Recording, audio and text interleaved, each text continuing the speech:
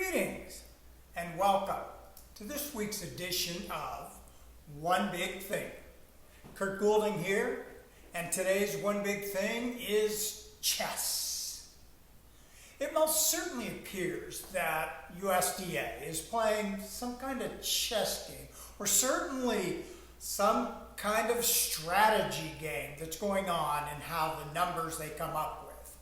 Now, yesterday's report actually was full of surprises without changing anything dramatically. So one needs to dig down into the details. So let's start with corn. The yield was lowered clear down to 173 per acre. 173 bushels per acre? Oh no! We're going to have problems. Don't worry. Government found 800,000 more acres of corn to offset this drop in yield. So, the government's increased total corn demand by almost 700 million bushels, almost 18 million tons. And carryout is increased by almost 20 million metric tons. Wow. So then in the soybeans, the government started moving pieces around the playing field, and yep, how convenient. They found some more acres. But you know, that really isn't surprising because, in my opinion, I thought they didn't have near enough acres when we were doing all these initial reports back in the spring. So they found some acres, and they reduced the yield a little bit, and they cut demand enough to keep carryout somewhere around 220 million bushels.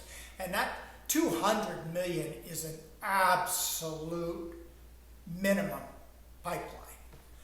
We have to have that much, and preferably more.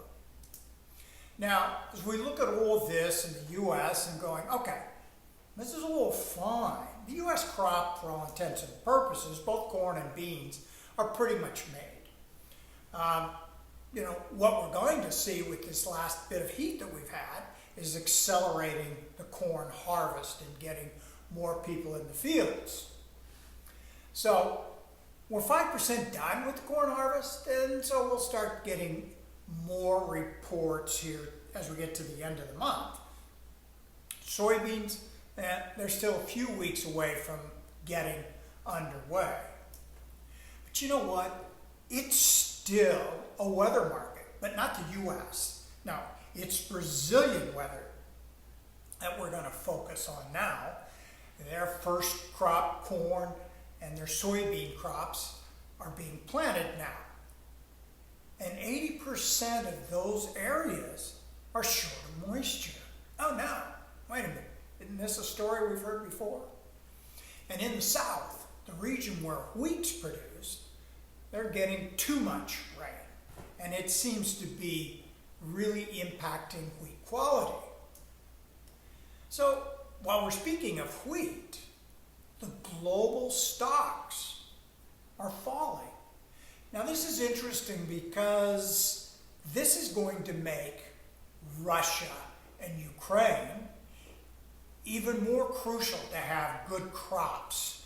I mean, it appears they both have very good crops that keep increasing the size of those crops to provide the world with wheat. But man, that's such a volatile area.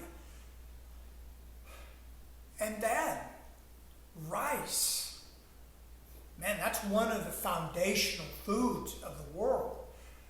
Rice stocks are tight. So these are things we've got to keep our eyes on. But the problem is that while we've gotten lulled into, the market just is in a trading range, we're hurry up and wait. Yeah, we're going to get lulled into complacency and wake up one morning and beans are $2 higher and corn's up $1. Now, I'm not saying I'm bullish, at least not yet. However, I think we've pretty much seen the bottoms in these markets. So, until next time, happy trading!